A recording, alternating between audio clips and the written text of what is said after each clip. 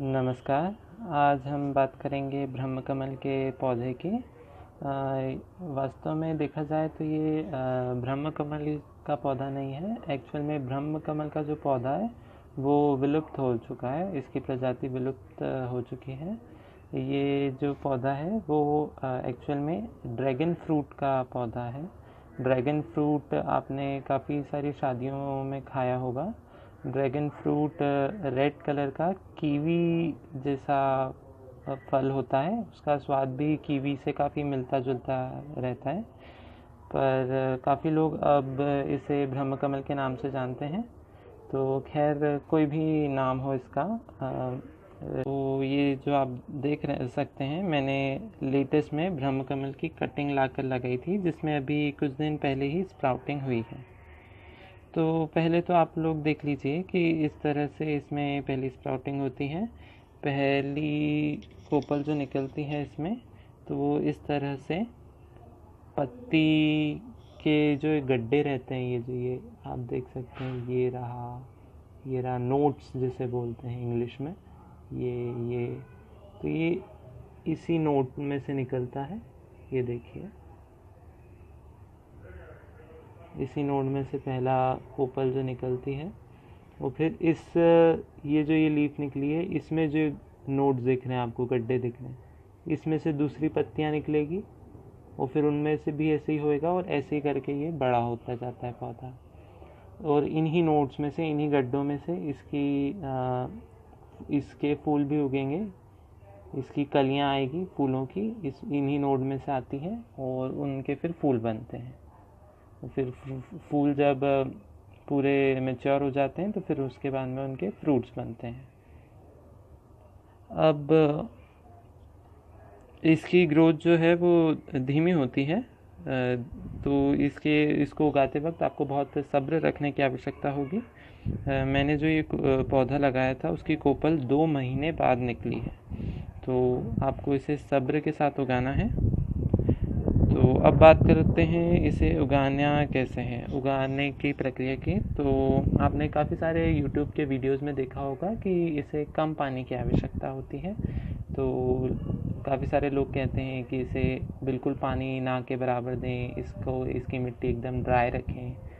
पर जैसा कि आप जानते ही हैं कि हम कोई भी कटिंग लगाते हैं तो उसे हमें पानी तो भरपूर देना ही पड़ता है, वरना कटिंग सूख जाती है। कटिंग की सक्सेसफुल ग्रोथ के लिए आवश्यक है कि हम पानी उसे भरपूर दें, पर अगर हम इसे ज़्यादा पानी देते हैं तो फिर ये गल जाती है या फिर फंगस अटैक हो जाता है।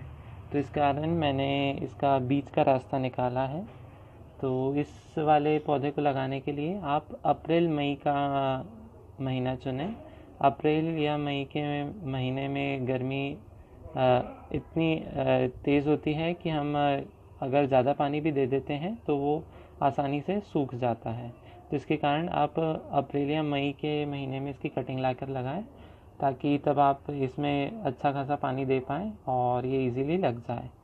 तो 1.5-2 महीने के अंदर इसमें कोपल फूट जाएगी, स्प्राउटिंग हो जाएगी, फिर धीरे धीरे बढ़ेगा ये।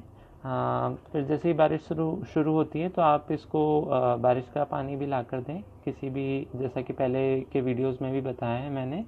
आप कोई भी बर्तन में बारिश का पानी इकट्ठा कर लें और इसमें दें। डायरेक्ट बारिश के पानी में ना रखें और डायरेक्ट धूप में भी ना रखें, क्योंकि अभी ये बहुत ही छोटा पौधा है। तो गर्मी की धूप में तो बिल्कुल भी ना रखें, क्योंकि इतनी तेज़ धूप इसे सहन नहीं होती है। ये ठंडक में उगने वाला पौधा है, बर्फीले पहाड़ों पर उगता है ये पौधा, तो इसे ठंडक काफ़ी पसंद है। तो इसके कारण आप इसे शेडेड एरिया में ही रखें। इसे पानी भी हो सके तो मटके का पानी दें, क्योंकि जैसा कि मैंने बताया कि इसे ठंडक पसंद है। तो अगर आप गर्मी के मौसम में इसे मटके का पानी देंगे तो इसे अच्छा ठंडक महसूस होगी। पर इसका मतलब ये भी नहीं है कि आप फ्रीज़र का पानी लाकर डाल दें इसमें, या बर्फ़ लाकर ही डाल दें, क्योंकि वो ज़्यादा हो जाएगा, फिर वो भी हानिकारक रहता है पौधों के लिए। तो ऐसा भी नहीं करना है कि फ्रीज़र का पानी लाके डाल दें इसमें। मिट्टी, इसको थोड़ी रेतीली मिट्टी पसंद है, तो हो सके तो इसमें 2-3 कटोरी रेत की लाकर इसकी मिट्टी में मिला दें। ज़्यादा रेती नहीं मिलाना है, क्योंकि अगर ज़्यादा रेती हम मिलाते हैं तो वो चींटियों को इनवाइट करती है, चींटियों को आमंत्रित करती हैं, और फिर चींटियाँ एक बार लग जाती हैं तो वो फिर पूरा पौधा खा जाती हैं। तो ऐसा भी नहीं करना है। खाद के लिए इसमें आप वर्मी कंपोस्ट डाल सकते हैं या कोई भी लिक्विड फर्टिलाइज़र डाल सकते हैं। डायरेक्ट गोबर खाद से बचिए, क्योंकि डायरेक्ट गोबर खाद जो रहती है वो गर्म, गोबर जो रहता है गर्म प्रवृत्ति का रहता है, और जैसा कि मैंने पहले भी बताया कि ये ठंडक प्रिय पौधा है, तो गोबर की खाद इसे नुकसान करेगी। हाँ, एलोवेरा के जो छिलके रहते हैं, ये जैसे कि आप देख सकते हैं मैंने एलोवेरा के छिलके डाल रखे हैं इसमें।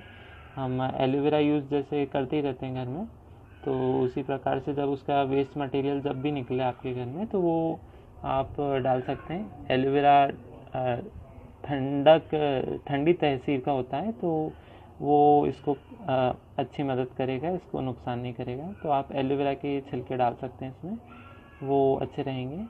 और इसमें थोड़ी एसिडिटी भी बनी रहे तो अच्छी रहेगी, तो इसके कारण आप महीने 2 महीने में इसमें गड्ढा खोद के एक नींबू का, जैसे हम नींबू निचोड़ के पूरा यूज़ कर लेते हैं, उसके बाद में नींबू का छिलका वो बच जाता है तो उसे हम फेंक देते हैं। तो उसे फेंकना नहीं है, उसे इसमें एक ऐसे गड्ढा खोदना, वो गड्ढा खोद के इसमें ये जैसे गड्ढा हो गया तो इसमें नीचे दबा के उस गड्ढे को वापस से भर देना। तो इससे इसमें धीरे धीरे एसिडिटी मिलती रहेगी उसको। तो इस प्रकार से आप भी इस पौधे को लगाएं, क्योंकि नाम जो भी हो इसका, बट ये एक प्रेग्नेंट खुशबूदार फूल का पौधा है, तो अवश्य आपको भी इसे लगाना चाहिए। इस प्रकार की और जानकारी के लिए प्लीज़ हमारे चैनल को सब्सक्राइब करें और इस वीडियो को लाइक करें। Thank you.